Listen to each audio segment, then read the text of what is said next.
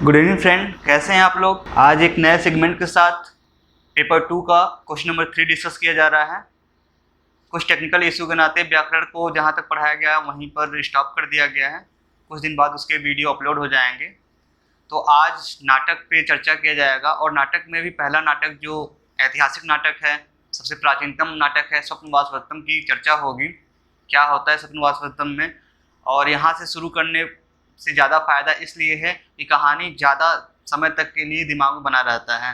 तो इसके कुछ क्वेश्चन इस पे लिख दिए गए हैं बोर्ड पे, वाइट बोर्ड पे, जो 2000 से लगाए 2019 के बीच में जितने भी क्वेश्चन आए थे उस पे सबसे लास्ट में चर्चा होगी। उसके पहले जो हमारा नाटक का टॉपिक है वो है स्वप्नवासवदत्तम। तो ये पेपर 2 के क्वेश्चन नंबर 3 में आता है और क्वेश्चन नंबर 8 में भी इसके श्लोक आते हैं। तो क्वेश्चन नंबर 3 का हम चर्चा करें, जो कि हिंदी में लिखा जाता है, उसको आज बताया जा रहा है। ये अच्छे समझ में आ जाता है, श्लोक भी अच्छे से समझ में आ जाएगा। तो जो स्वप्नवासवदत्तम की कहानी है, इसके पीछे किस राइटर ने काम किया है, कहाँ से ये रचना प्राप्त हुई है, किसकी रचना है, और ये जो जितने भी चीज़ें पढ़ाई जा रही हैं कहीं न कहीं ऑथेंटिक बुक को पढ़ के ही बताया जा रहा है। जैसे कि नीट जेआरएफ की जो बुक होती हैं, एमए सेकेंड ईयर में जो बुक आती है वहाँ से किया गया, किसी को कॉपी पेस्ट नहीं किया गया है। तो चलिए हम शुरू करते हैं स्वप्नवासवदत्तम की कहानी। तो इसके जो राइटर हैं उनका नाम महाकवि भाष्य कहलाता है। ठीक है, तो ये भाष्य की रचना कब प्राप्त हुई, कैसे प्रामाणिकता है, तो जो अरिहंत की बुक में लिखा हुआ है कि ये मालविकाग्निमित्रम, जो कि कालिदास की रचना थी, शुंगवंश, कालिदास की रचना शुंगवंश में जो हुआ था उसमें इनकी प्रामाणिकता मिलती है महाकवि भाष्य की। तो इनकी शताब्दी जो है 2 से तीसरी शताब्दी ईसा पूर्व रचना इनकी मिली थी। तो इनकी रचना को सबसे पहले किसने पाया, या भारत में जितनी भी रचनाएं हैं वो कहीं न कहीं विलोपित हो गई हैं, मतलब कि अपने एग्जैक्ट लोकेशन पे ना मिलके कहीं दूसरे लोकेशन पे दबी हैं, कहीं छिपी हैं। तो उसका सबसे पहले जो अध्ययन किया पाया वो थे मद्रास में रहने वाले टी गणपत शास्त्री। उन्होंने 1913 में इनकी रचना भास की 13 रूपक नाटकों का संग्रह मिला और उन्होंने मलयालम भाषा में ट्रांसलेशन कराया, न कि संस्कृत भाषा में। ये आपके नेट जेआरएफ की बुक में लिखा हुआ है, आपको मैं लिंक प्रोवाइड कर दूंगा कहाँ से ये टॉपिक उठाया गया है। तो जो 13 नाटक आपको मिलता है वो क्या क्या है, भाष्य के 13 नाटक। स्वप्नवासवदत्तम शुरू करने से पहले कि ये स्वप्नवासवदत्तम उत्तरार्ध कहलाता है, यानी कहने का मतलब ये है, उत्तरार्ध का मतलब क्या है कि इसका पहले का कड़ी जो है वो दूसरे बुक में है, उसका नाम है प्रतिज्ञा योगंधरायण। इसके बाद आता है स्वप्नवासवदत्तम। तो आधी कहानी वहां से उठ के आई है और स्वप्नवासवदत्तम की पूरी कड़ी जो स्टार्ट होती है पहले कहानी पर आधारित होती है। तो जो हम लोग को यूपीएससी में पढ़ना है वो कहीं न कहीं स्वप्नवासवदत्तम पढ़ना है।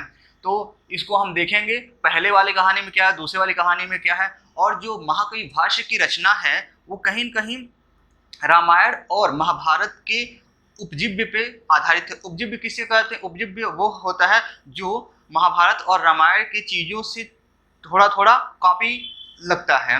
जैसे कि हम ये बात करें कि यहाँ प्रतिमा और अभिषेक करके नाटक है, ये उपजीव्य है रामायण का। इसमें रामायण की कहानियों पे बात की जाती है। जैसे अभिषेक का मतलब हो जाता है कि जब श्री राम और भरत की कहानी इसमें होता है।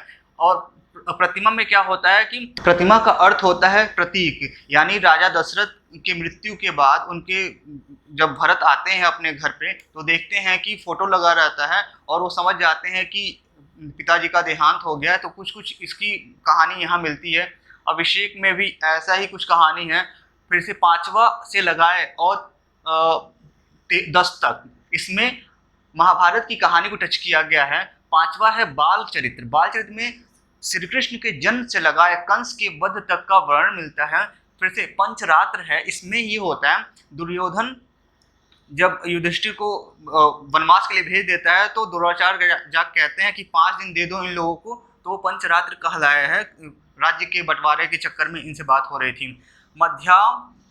मध्यमायोग्यम, ये क्या होता है? मध्यमायोग्यम ये भी भाष्य की रचना है। इसमें ये होता है कि मिलन है ये एक तरीके का भीम भीम की वाइफ जो हिडिंबिका थी और भीम का पुत्र जो घटोत्कच था, उसकी चर्चा यहाँ मिलती है मध्यम योग्यम में।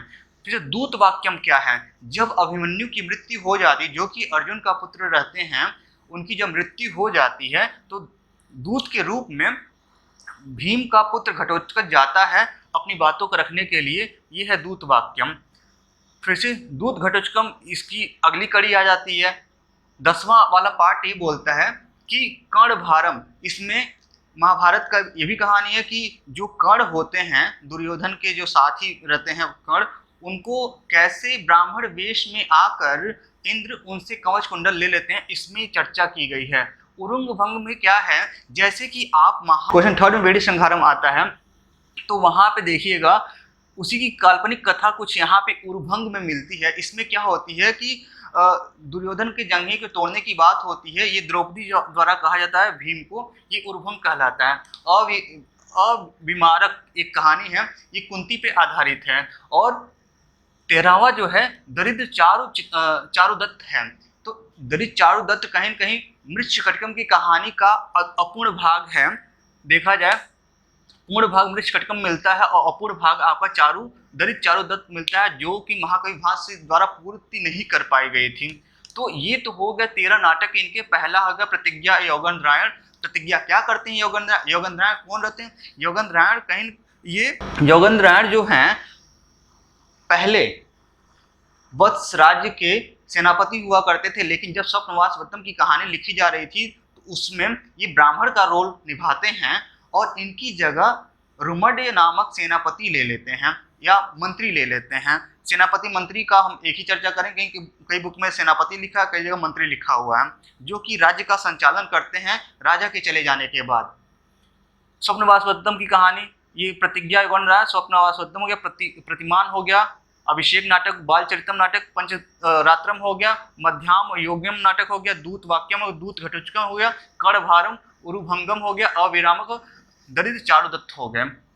तो ये तो हुई ये इतने भाज की कहानी। अब आते हैं स्वप्नवासवत्तम पे।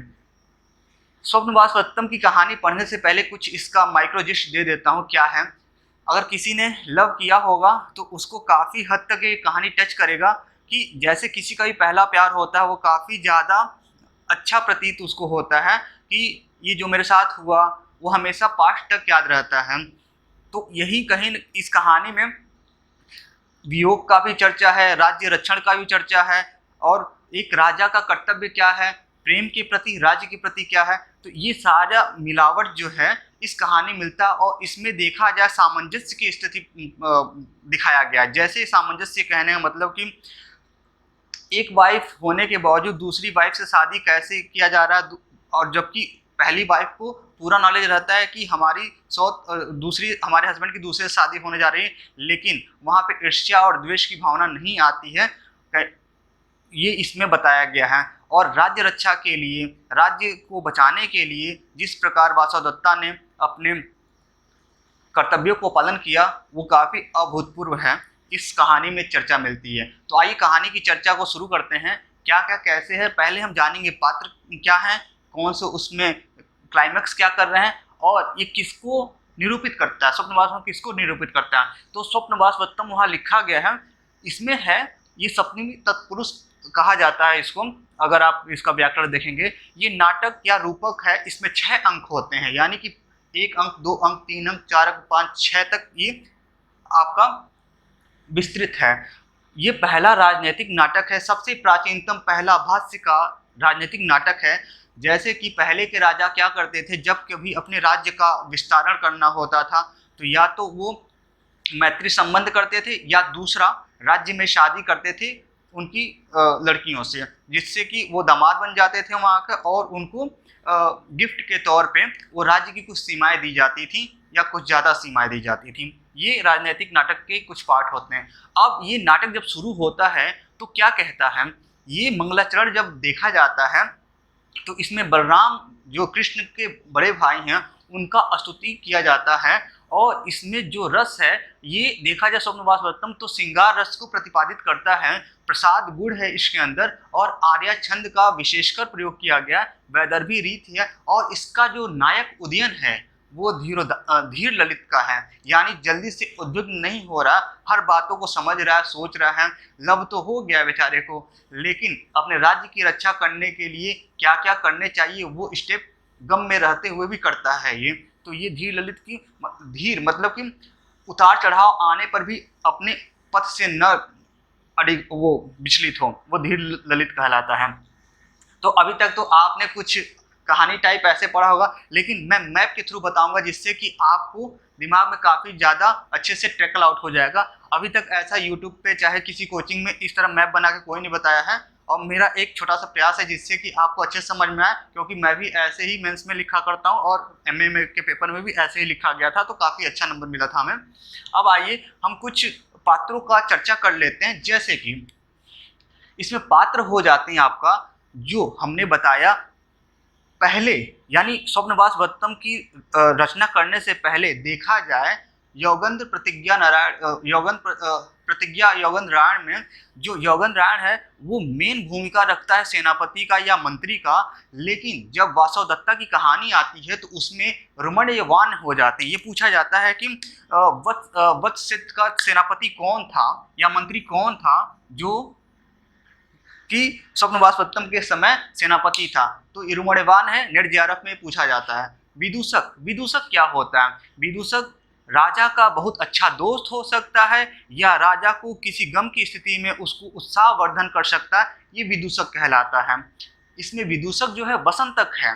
फिर से यहाँ देखिए वही लिखा गया फर्स्ट सेनापति एंड ब्राह्मण, ये फर्स्ट सेनापति रहता है जो योगेंद्र रायण रहता है, और जब इसने अपने कैरेक्टर को चेंज किया, यानी कि जब नाटक लिखा जा रहा है महाकवि भास द्वारा इसके कैरेक्टर को जब डिफाइन किया जा रहा है, तो ये अपने राज्य का रक्षा करने के लिए मगध और अवंती गणराज्य का राजाओं से जाके मिलता है, उनका हेल्प लेता है, और कहीं न कहीं ब्राह्मण रूप में रहते हुए सारे प्लान को एग्जिस्ट करता है, और जो आक्रमण वत्स पे होना रहता है, जो कि आपका आरोड़ी का आक्रमण रहता है, उससे कैसे बचा जाए उसका प्लानिंग सेट करता है। यही योगेंद्र रायण है, पूरी भूमिका इसी की रहती है दोनों कहानी में, प्रतिज्ञा योगेंद्र रायण में, स्वप्नवासवत्तम में। तो ये कहीं न कहीं जो आपका स्वप्नवासवत्तम है उत्तरार्ध उत्तरार्ध प्रतिज्ञा योगेंद्र रायण कहलाता है। जो ज्योतिषी होता है इसमें, जो कि मगध की रानी मगध की जो बेटी होती हैं, यानी कि मगध का जो राजा रहता है दर्शक होता है, उसकी बहन होती है पद्मावती। जो पद्मावती होती हैं उनकी शादी का ज्योतिषी द्वारा बताया जाता है कि आसपास के क्षेत्र में किसी राजा से ही इनकी शादी होगी, और ज्योतिषी जो रहते हैं उनका नाम रहता है पुष्पक और भद्रक। अब आइए, ये तो हो गया मगध साम्राज्य की चीज़ों के बारे में। अब इधर आते हैं, ऐसे आपको समझ में आएगा। अब आते हैं हम अवंती पे। अवंती का ही नाम, अवंती महाजनपद हुआ करता था, राजधानी हुआ करती थी। इसका उज्जैन, अवंती को उज्जैनी कहा जाता था, जो इस समय महाराष्ट्र और मध्य प्रदेश में मिलता है। अवंती क्षेत्र ये कहा जाता है। यहीं का राजा चंद्र प्रघ्योत कहलाता है। उसके नाम के आगे चंद्र क्यों लगता है, जैसे चंद्र प्रघ्योत यहाँ लिखा है, क्यों लगता है? इसलिए कि ये अपने दुश्मनों से काफी बर्बरता से पेश आता था, मतलब कि इसके राज्य क्षेत्र में कोई ऐसे नहीं आ सकता था। ये अपने दुश्मनों को बहुत ही कठोरता से दंड देता था, इसलिए चंद्र प्रघ्योत इसका नाम बड़ा। लेकिन इस कहानी में इसका नाम, स्वप्नवासवत्तम की कहानी में इनका नाम महासेन रखा गया है, और महासेन की कंचुकी, यानी महासेन का जो दूतवाहक है, जो संदेश वाहक है, उसका नाम रमैक है। ये आपको पात्रों के नाम बहुत अच्छे से याद होने चाहिए। ये अब देखिए, जो वासवदत्ता है, जब तक ये अवंती में रहती है, ये अवंती यानी कि वासवदत्ता जो है चंद्र प्रघ्योत या महासेन की पुत्री रहती हैं, ये जब तक अवंती में रहती हैं, और जब तक ये अवंती में रहती हैं, इनका नाम वासवदत्ता रहता है। लेकिन जब ये वत्स क्षेत्र में चली जाती हैं लव करके, यानी लव करके चली जाती हैं वत्स क्षेत्र में, तो इनका नाम अवंतिका हो जाता है। प्रघ्योत, जो चंद्र प्रघ्योत हैं, उनके दो पुत्र होते हैं, पहला होता है गोपालक, दूसरा होता है पालक। अब इनकी माता जो हैं, अवंती की माता का नाम था अंगारवती, और अंगारवती के साथ एक धाई माता होती है। धाई माता बोले तो जो इनका पालन पोषण या जिससे उस रानी की लड़की का ज़्यादातर लगाव होता है, वो धाई माता करती, उसका नाम वसुंधरा रहता है। ये तो अवंती क्षेत्र का बात हो गया, जैसे कि उज्जैन क्षेत्र का बात हो गया। अब आते हैं मगध क्षेत्र पे। मगध क्षेत्र में जो होता है कि पद्मावती होती हैं। इसी पद्मावती का चर्चा किया जाता है कि उदयन की शादी इनसे होगी। उसके बाद क्या होता है कि मगध का राजा जो रहता है दर्शक होता है, दर्शक की बहन पद्मावती होती हैं। इनकी माता का नाम जो होता है महादेवी होता है, और जो पद्मावती होती है उसकी सेवा करने के लिए 4 उनकी सेविकाएं होती हैं। उनका नाम होता है कुंजिका, विचरिका, पद्मिनिका और मधुलिका। अब देखिए ये क्या है, हम सारे मुद्दों को थोड़ा थोड़ा चर्चा कर लेते हैं, इसके बाद कहानी समझना काफ़ी आसान हो जाएगा। इसीलिए सब चीज़ें थोड़ा थोड़ा बता दिया जा रहा है आपको जो भी है। इसमें जो उदयन बीड़ा बजाता है, यानी जब उदयन को जंगल से शिकार करते समय चंद्रप्रभोत या महासेन के सैनिकों ने पकड़ लिया, उसके बाद उनको जेल में जाकर डाल दिया, तो वहाँ बीड़ा रखी हुई रहती है, तो बीड़ा को ये बजाते हैं। उस बीड़ा का नाम क्या होता है? बीड़ा का नाम घोषवती बीड़ा होता है, जो कि नर्मदा तट से प्राप्त, नर्मदा जो नदी मध्य प्रदेश की जो जान कही जाती है, उस तट के किनारे मिला था ये घोषवती बीड़ा। इसके बाद जो ये हमारा स्वप्नवास पद्म की कहानी है 6 अंकों में विभक्त है। इसमें से दूसरा और तीसरा अंक जो है गद्य आधारित है, बहुत ज़्यादा इंपॉर्टेंट है। पूछा जाता है कि कौन सा गद्य है, कौन सा पद्य आधारित है। यानी गद्य बोले तो हिंदी फॉर्म में लिखा हुआ, यानी कि एक लाइन में लिखा हुआ, उसमें श्लोकों की संख्या नहीं होती है, वो गद्य आधारित है। वो 2 और तीसरा अंक कहलाता है। इसमें कहा जाता है कि स्वप्न अंक कौन सा है, जिसमें कि राजा उदयन स्वप्न में वासोदत्ता से मिलते हैं, वो कौन सा अंक है? वो है 5th अंक, यानी 5वां अंक, और 6ठे अंक पे आके वो खत्म हो जाता है कहानी हमारा। अब देखिए जहाँ पद्मावती रहती थी, यानी कि उदयन की दूसरी wife, second wife of Udayan, वो पद्मावती जिस आवास में रहती थी उसका नाम समुद्रगिर कहलाता था, समुद्रगिर। तो ये कहीं आपको चीजें बता दी गई हैं। अब आइए हम मैप के थ्रू इसको देखते हैं कौन सी चीजें कैसे हैं, इसको हम मिटा देते हैं। हाँ तो दोस्तों, अभी तक आपने देखा कि कौन कौन से पात्र कैसे कैसे काम कर रहे हैं। तो अब आइए इसे मैपिंग से देखते हैं। जो नाटक है, नाटक ऐसा दृष्टांत होता है कि जो दिमाग में बैठ जाता है। ये दृश्य काव्य होता है, देखा जाए तो जो नजरों से दिखाई देता है वो दृश्य काव्य कहलाता है। ये श्रवण काव्य नहीं है, इसमें नजर और कान दोनों बराबर तरीके से सहभागिता अपने निभाते हैं। तो मैप पे आइए कोशिश करते हैं जानने की। अब देखिए ये अवंती राज्य है और ये मगध राज्य है। ये दोनों अपने में काफी ज्यादा शक्तिशाली राज्य था। इसका मंत्री जो वत्स का मंत्री था योगन राय, ये जानता था कि यदि हम इन दोनों से सामंजस्य बढ़ाते हैं तो कहीं न कहीं हमारे राज्य की रक्षा हो सकती है। इसीलिए ये पूरी प्लानिंग करता है कि किस कैरेक्टर को कहाँ फिट करना है जिससे कि हमारा राज्य सुरक्षित रहे। क्योंकि आरूढ़ी का आक्रमण बाह्य प्रदेश से हमेशा वत्स क्षेत्र में होता था, क्योंकि वत्स क्षेत्र थोड़ा कमजोर राज्य था। और उदयन का जो वत्स का क्षेत्र जो है इस समय प्रेजेंट टाइम में कौशाम्बी उत्तर प्रदेश में पाया जाता है, ये वत्स का क्षेत्र, और यहीं का राजा उदयन होता है। और इसके राज्य पे ही आरूढ़ी का बार बार हमला होता है। तो इसका मंत्री समझ जाता है कि हम अब दूसरे राज्यों से जब तक हेल्प नहीं लेंगे तब तक हमारा काम नहीं बन पाएगा।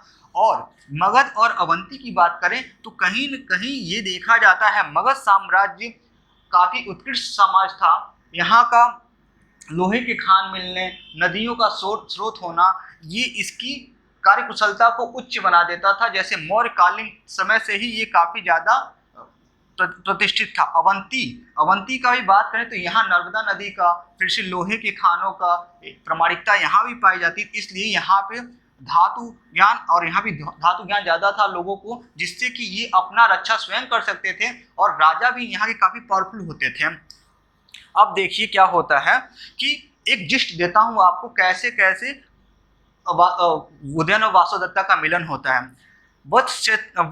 जो ये वत्स क्षेत्र है, जो कौशाम्बी वाला क्षेत्र है, यहाँ से शिकार करने के लिए उदयन आता है अपने घोड़े से और अवंती राज्य में प्रवेश कर जाता है। और इसके जो साथी होते हैं वो पीछे छूट जाते हैं। अवंती क्षेत्र का सैन्य क्षेत्र इतना मजबूत रहता है कि ये यहाँ से इसके चंद्रप्रभोत के सैनिकों ने इसको कैप्चर कर लिया, यानी पकड़ लिया उदयन को। उसके बाद इसको जेल में बंद कर दिया गया। जेल में बंद करने के बाद कई दिनों तक जेल में रहा उदयन। उसके बाद इसने एक बीड़ा की फरमान की, तो इसे एक बीड़ा दिया गया। तो उस बीड़ा को इतनी काबिलियत के साथ बजाया ये कि उसकी आवाज़ राजा की पुत्री की कानों तक गूंजी। तो उन्होंने कहा कि चंद्रप्रभोत से, यानी महासेन से पुत्री ने बोला कि पिताजी हमें वीणा का शिक्षा लेना है, तो कोई टीचर हमें दे दें। तो बोला उदयन को ही वासुदत्ता का एज ए टीचर नियुक्त कर दिया गया और ये वीणा शिक्षा सिखाने लगे। इसके बाद इन लोगों में श्रृंगारिक वार्तालाप होता है और इसके बाद ये जब मालूम चलता है अवंती के राजा महासेन को कि ये वत्स का राजा है, तो उसके पहले शादी होने के पहले ये लोग अपने वत्स क्षेत्र में आ गए रहते, यानी एक तरीके से वहाँ से भाग गए रहते हैं। लेकिन बाद की कहानी जब आप पढ़ेंगे, जैसे जब अंकों को हम डिफाइन करेंगे तो आपको मालूम चलेगा कि इनकी जो धात्री माँ, यानी जो दूसरी माँ रहती हैं धात्री माँ, वो या मौसी भी कह सकते हैं, कई किदवंती है, मौसी है, धात्री है, क्या है वो, अब समझ लीजिए दूसरी माँ ही होती हैं वो। तो इसके फोटो से जो वासुदत्ता का फोटो रहता है उसी से उदयन का विवाह कर देती हैं। अब छठे अंक में जाके ये सब पात्र खुलते हैं कि किसका किससे रिलेशन होता है, और फिर से ये वत्स क्षेत्र में आकर रहने लगती हैं। लेकिन जब वत्स क्षेत्र में आके वासुदत्ता रहने लगती हैं और राज्य काम पे देखा जाए उदयन का नजरिया थोड़ा लूज पड़ जाता है, तो यौगनरायण आके कहता है, हे देवी, जिसे शादी हुई रहती है, कि आपके प्यार में इतना विरक्त हो गए हैं, आसक्त हो गए हैं ये, कि राज्य पे इनका ध्यान नहीं रहा और बाह्य आक्रमण हमेशा होता रहता है, और राज्य रक्षा के लिए आपको अपने प्यार का बलिदान देना पड़ेगा, नहीं तो कहीं न कहीं प्यार के चक्कर में पूरा राज्य ही चला जाएगा।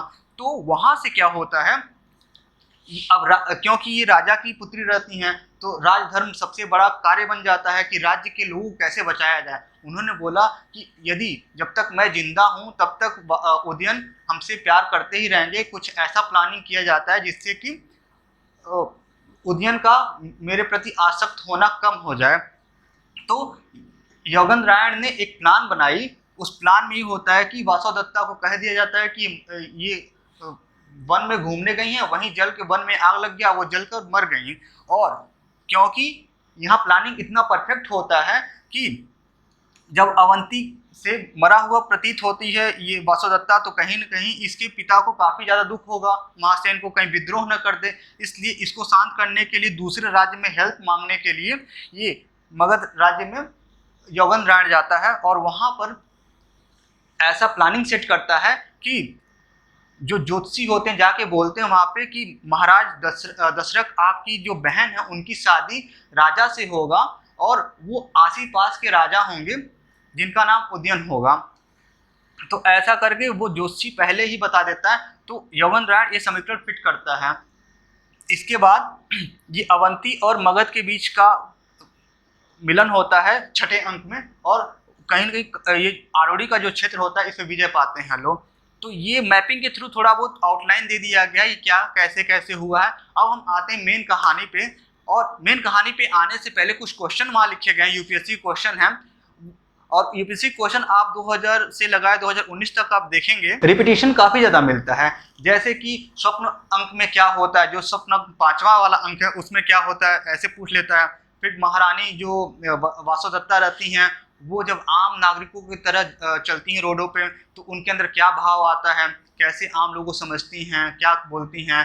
फिर से वो बोलती हैं कि क्या समय आ गया, पहले मैं रानी थी और समय का चक्र ऐसा पलटा कि अब मैं एक आम प्रजा के समान हो गई हूँ। तो ये सब उनकी आंतरिक वेदना रहती है। और उसके बाद ये देखा जाता है कि जब वासुदत्ता और पद्मावती का मिलन होता है, तो वहाँ पर किस प्रकार उदयन को जानते हुए भी वासुदत्ता अपने चेहरों को छिपा के रखती है कि कहीं उदयन हमें पहचान न लें। इन सब चीज़ों को पूरा अच्छे से हम अब कहानी के एक एक भाग को अच्छे से पढ़ते हुए जानते हैं। हाँ, तो दोस्तों आपने अभी तक देखा कि पात्र की क्या क्या कल्पना थी, कैसे मंत्री या सेनापति ने समीकरण सेट किया, राज्य को कैसे बचाना है।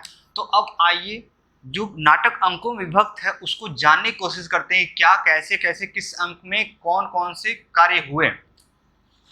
तो अंक पहला शुरू करने से पहले कुछ बता देते हैं आपको। यहाँ पर मंत्रणा हो जाती है नाटक शुरू करने से पहले। जो योगेंद्रायण जो मंत्री रहता है पहले के समय में, वो वासवदत्ता से चर्चा कर लेता है, राज्य रक्षा हेतु आपको इस योजना में शामिल होना है। तो वासवदत्ता शामिल हो जाती हैं। तो अंक 1 में ये कहता है लावड़क अग्निकांड। लावड़क नामक ग्राम रहता है, एक गांव रहता है, वहां पर अग्नि लग जाता है यानी आग लग जाता है, जहां पर वासवदत्ता उदयन के साथ गई रहती हैं और उदयन शिकार की तरफ गए रहते हैं और वासवदत्ता एक कुटिया में रहती हैं। वहां पर योगेंद्रायण ने जाल बिछाया रहता है कि ऐसा प्रतीत हो कि अचानक इस कुटिया में आग लग गई जिससे वासवदत्ता मर गई। तो अब जब वासवदत्ता मर गई उसकी कहानी को आगे बढ़ाते हुए ये जो योगेंद्रायण जो ब्राह्मण का वेश धारण कर लिया था वो मगध साम्राज्य में पहुंचता है। और मगध साम्राज्य में देखा जाए दर्शक की माताजी जो रहती हैं महासेन, उनके आने का सूचना मिलता है और उनके आने की सूचना पर जो उनकी पुत्री रहती हैं पद्मावती अपने राज्य में गरीबों को कंबल बिस्तर वितरण करने के लिए एक योजना बनता है। और इस योजना में योगेंद्रायण भी जाता है और वहां जाकर पद्मावती से बोलता है। अब वासवदत्ता का नाम यहाँ चेंज हो जाता है, ये अब अवंती हो जाती हैं। जाकर वहां कहता है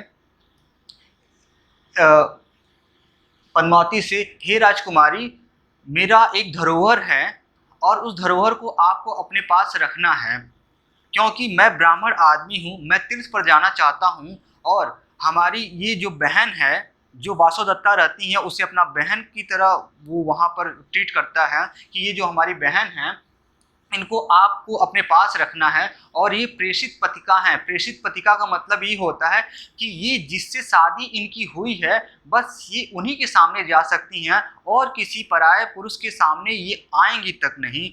तो इस पर पहले तो जो पद्मावती होती हैं वो ना बोलती हैं, नहीं ऐसा हो सकता, लेकिन उन्होंने अपने बातों में उनको ले लिया पद्मावती को। तो फिर से बाद में मान जाती हैं कि चलो हम रख लेंगे। लेकिन उन्होंने बोला कि धरोहर की रक्षा करना काफ़ी कठिन है, यानी कि किसी का धरोहर है और उसको संभाल के रखना काफ़ी कठिन है हमारे लिए। मैं कोशिश कर सकती हूँ, क्योंकि ये प्रेषित पतिका रहती हैं। और जब वासवदत्ता इस लावड़क ग्राम से बाहर निकलकर आम जनता के बीच में चलती हुई मगध साम्राज्य में पहुँचती हैं, तो जब क्योंकि ये राजा की पुत्री रहती हैं, जब ऐसे रोडों पे चलती हैं तो उनको अनुभव होता है कि कैसे आम आदमी रहता है। तो वो बोलती हैं कि समय का चक्र देखो कैसा हो गया है कि आज मुझे यहाँ इस कंडीशन में घूमना पड़ रहा है। लेकिन समय भी कुछ न कुछ दे के जाता है और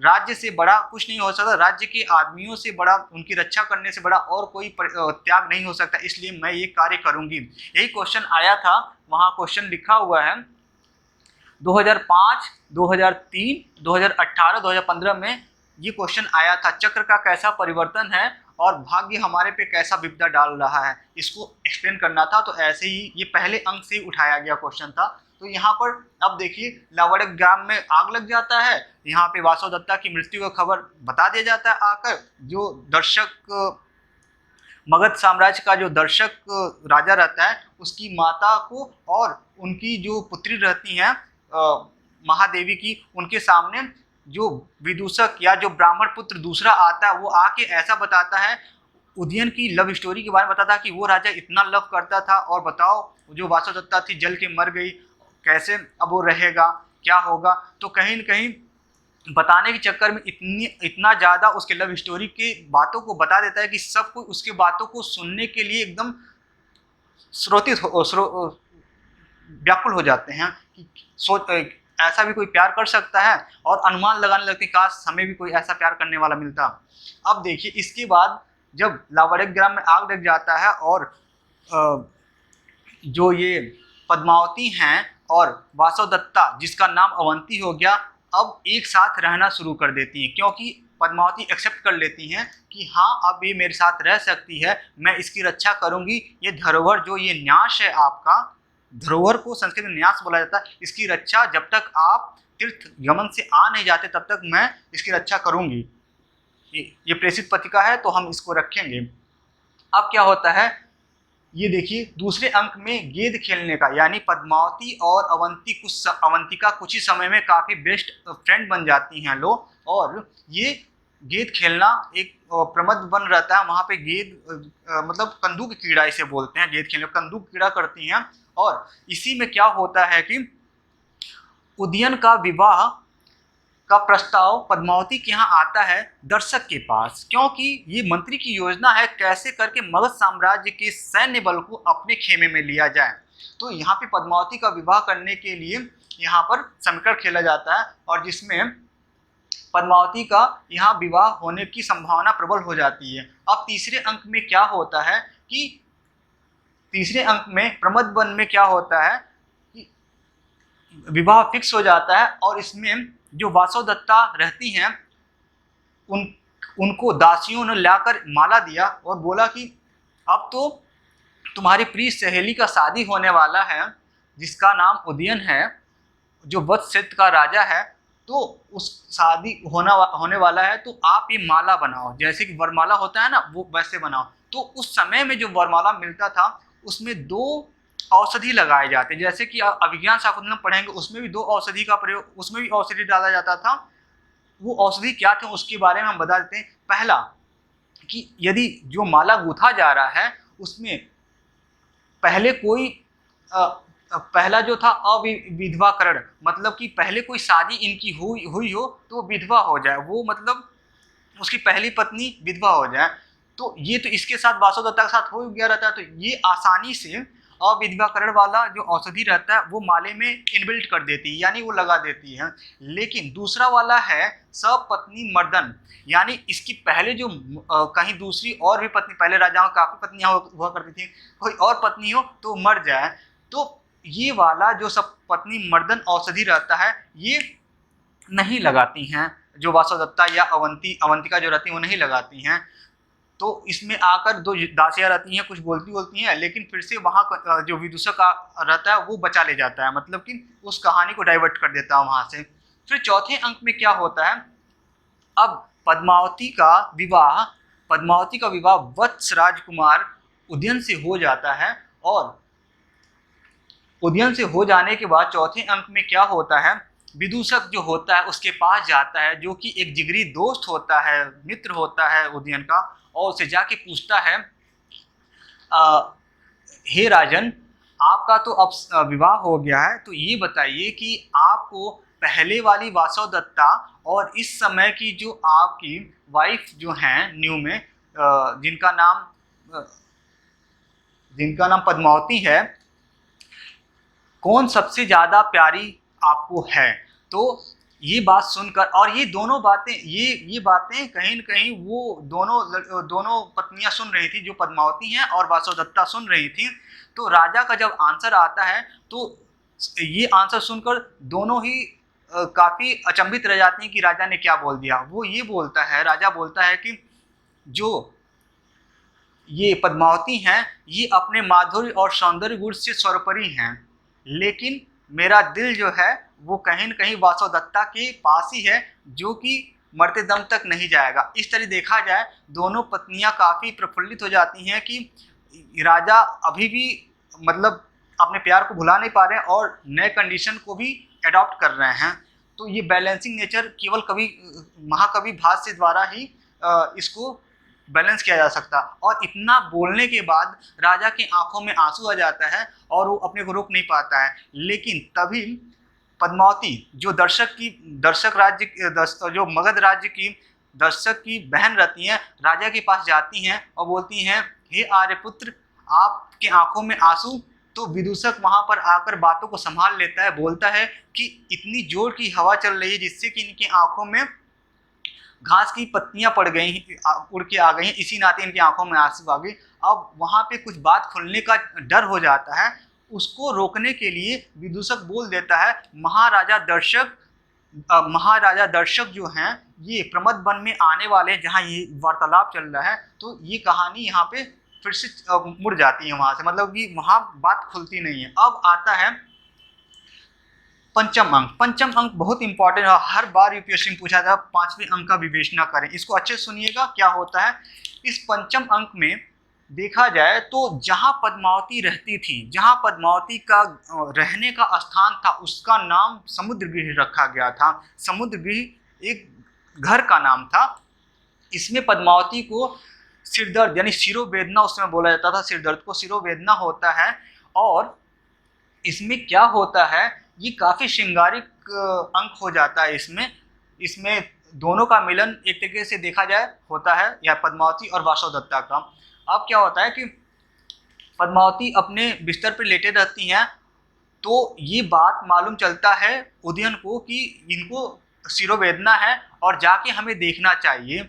तो ये जाते हैं मिलने के लिए, लेकिन इनके पहुंचने से पहले वहां से पद्मावती अपने प्रमथ वन में चली जाती हैं टहलने के लिए, कि कहीं ओपन स्पेस में जाकर घूमेंगे तो सिरदर्द सही हो सकता है। और ये बात फिर से वासवदत्ता को मालूम चलती है कि हमारी सहेली जो पद्मावती हैं उनका सिरोवेदना हो रहा है, चल के मैं देखती हूँ क्या हुआ है। तो राजा जो पहले से पहुंचा हुआ रहता है वो काफ़ी थका हुआ रहता है, और जो पद्मावती का बेड रहता है उस पर जाके सो जाता है।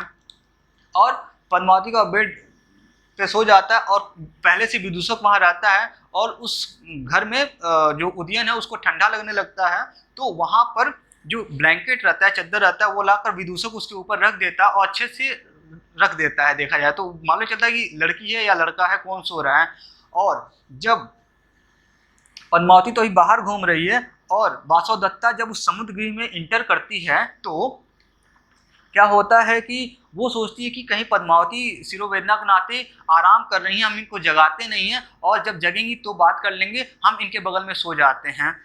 तो सोने के ही कंडीशन में राजा द्वारा वासवदत्ता का उद्गार किया जाता है, यानी आवाज़ लगाया जाता है। तो उस वासवदत्ता जो बगल में लेटी रहती हैं उनको ऐसा प्रतीत होता है ये तो राजा की आवाज़ है, और वो उठकर वहाँ से भागने की कोशिश करती हैं वासवदत्ता। लेकिन अभी बेड से उतर के नीचे उतरती तब तक उदयन का हाथ वासवदत्ता के हाथों में पड़ जाता है, और वो पकड़ने की कोशिश करता है, और वो नींद में चलकर अभी मतलब नींद में चलकर वासवदत्ता का पीछा करना कोशिश करता है। तब तक क्या होता है, जो समुद्रगृह का वो गेट रहता है उससे उसका मस्तक टकरा जाता है उदयन का, और वासवदत्ता अपना निकल जाती हैं उस गृह से। और जो ये उदयन रहता है फिर वहाँ बैठकर सोचने लगता है कि बताओ ऐसा कैसा प्यार है कि ये नींद में भी आ रहा है। और तब तक वहीं पर जो विदूषक है वो आ जाता है, वो बोलता है कि अरे आप सपने में ये सब देख रहे थे, वहाँ वासवदत्ता नहीं थी, वासवदत्ता तो कब की मर चुकी है। तो वहाँ से फिर से ये सब कहानी ये समाप्त होता है यहाँ 5वें अंक का। 6ठे अंक में एक जो रुमड़ेवान था, यानी कि वत्स का जो इस समय प्रेजेंट टाइम का जो देखा जाए सेनापति रहता है, वो मगध से और ये अवंती क्षेत्र से, मगध से और अवंती क्षेत्र से चौरंगी सेनाओं को, यानी चार दलों की सेनाओं को लेकर आरोड़ी पर हमला करने की योजना को आगे बढ़ाते हुए आकर बोलता है, हे बस नरेश, मैं दोनों राज्यों की सेनाओं से समीकरण बनाकर आया हूं, और आप चलिए, आपको युद्ध में चलकर लड़ना है। तो 5वें अंक के लास्ट में ये युद्ध की तरफ गमन होते हैं उदयन, और दोनों राज्य मगध और अवंती क्षेत्र के सेनाओं को साथ लेके जाते हैं, और ये आरोड़ी पर विजय पा लेते हैं। 6ठे अंक में आने पर आरोड़ी पर विजय पा लेते हैं। तब आरोड़ी पर जब विजय पाकर आते रहते हैं, तो नर्मदा तट से जब क्रॉस करते रहते हैं उदयन, तो देखते हैं कि वहाँ पर घोषवती वीणा मिलती है। जिस वीणा से वासवदत्ता को इतना लगाव था, वो वीणा इनको दिख जाता है उदयन को, और वो फिर से उसी काल में चले जाते हैं, जो लव स्टोरी इनकी चल रही थी वो फिर से रिपीट हो जाती है इनके साथ। तो वही देख के वीणा को रोते रहते हैं कि ये ऐसे पड़ी हुई है गंदगी में, पहले वासव दत्ता के पैरों पे रहती थी, इतना साफ सुथरी रहती थी, ये सब कहानी उनको याद आने लगता है। अब क्या होता है, वत्स को तो ये बचा लेते हैं राजा उदयन।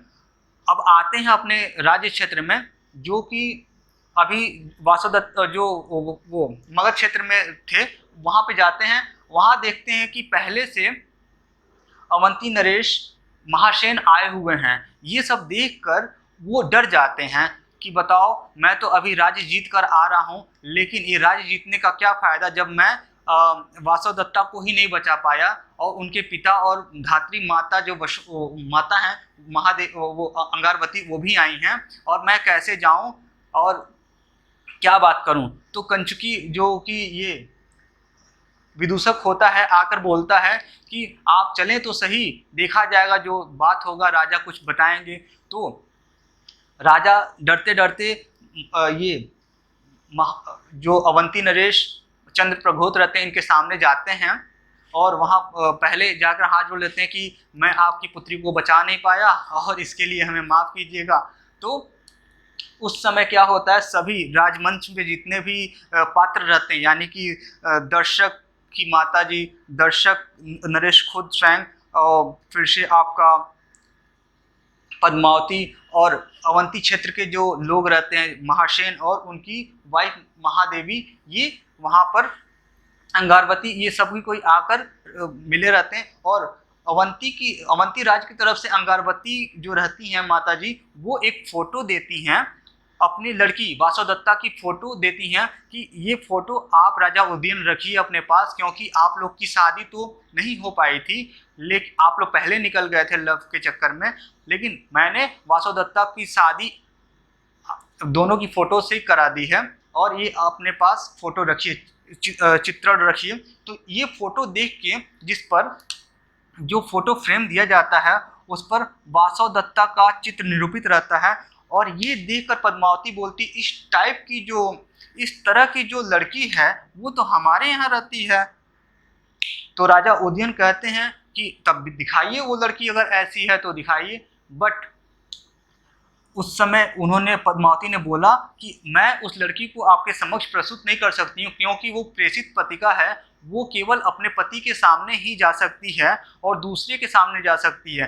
तब तक छठे अंक में ही योगेंद्रायण जो ब्राह्मण वेश में था आता है, और वो पूरी कहानी बता देता है कि राजकुमार, हे नरेश, ये राज्य रक्षा हेतु हमने ये सब पूरा योजना बनाया, और इसी योजना से आप अपने वत्स क्षेत्र को बचा पाए। तो वहाँ उदयन बोलते हैं, आप जैसा मंत्री अगर हर राज्य में मिल जाए तो उस राज्य को कोई हरा नहीं सकता, और ये एक तरह से सुखांत नाटक का अंत हुआ। तो ये कोशिश थी आपको मात्र स्वप्नवासवदत्तम कहानी को एक संक्षिप्त तरीके से बताने का। इसमें आपको क्वेश्चन नंबर ये अंक 5 यानी अंक 5 को अच्छे से देखना रहेगा, ये काफ़ी ज़्यादा पूछता है। अब यूपीएससी में जो क्वेश्चन आए हैं उस पर हम चर्चा कर लेते हैं। हाँ, तो दोस्तों अभी तक आपने कहानी को देखा, स्वप्नवासवदत्तम की कहानी क्या कहती है उसको आपने अच्छे से समझा। इसके बाद जितने भी क्वेश्चन आपके यूपीएससी के आए हुए हैं 2000 से लगाए 2019 तक में, उनको जानने की कोशिश करते हैं। अब इसका पैटर्न क्या है क्वेश्चन आने का, जैसे कि आप देखेंगे 2000 में आया, 2003 में आया, 2002 में आया, एक रिपीटिशन मिलता है कि हर 2 साल बाद क्वेश्चन रिपीट कर रहा है। उसको जानने की कोशिश करते हैं।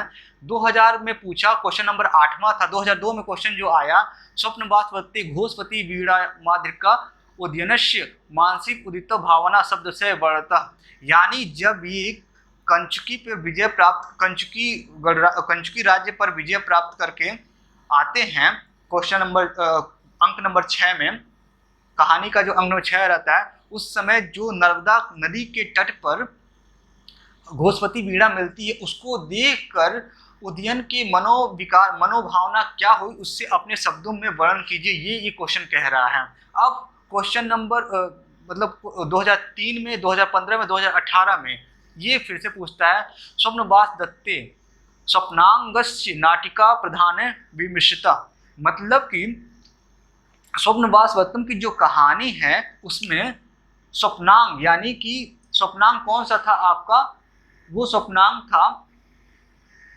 अंक 5 स्वप्नांक कहलाता है। उसको अपने स्मृति के आधार पर लिखिए, ये यहाँ पे बोला जा रहा है। अब देखिए यहाँ पे 2005 और 2012 में जो क्वेश्चन आया है, चक्रवत परिवर्तने दुखांग सुखांग, और इसको फिर से 2012 में यह चक्र पीड़यन्ति गच्छन्ति भाग्य प्रणीत, इस वासवदत्ता अनुभव भाग्य विपता चित्रिता। ये क्वेश्चन है कि चक्र क्या क्या काल है, मतलब कि जो समय है कैसे उतार चढ़ाव करता है, और दुख के दिन कैसे होते हैं, सुख के दिन कैसे होते हैं, मुझे पूरे इसी जीवन अनुभव में पूरे जीवन इसी जीवन काल में मिल गया। उसके बारे में वासवदत्ता क्या सोचती है, ये क्वेश्चन के बारे में लिखना है यहाँ पे। अब देखिए 2006 में क्वेश्चन आया है, भाष्य नाटक कौशल संक्षेप लिखता।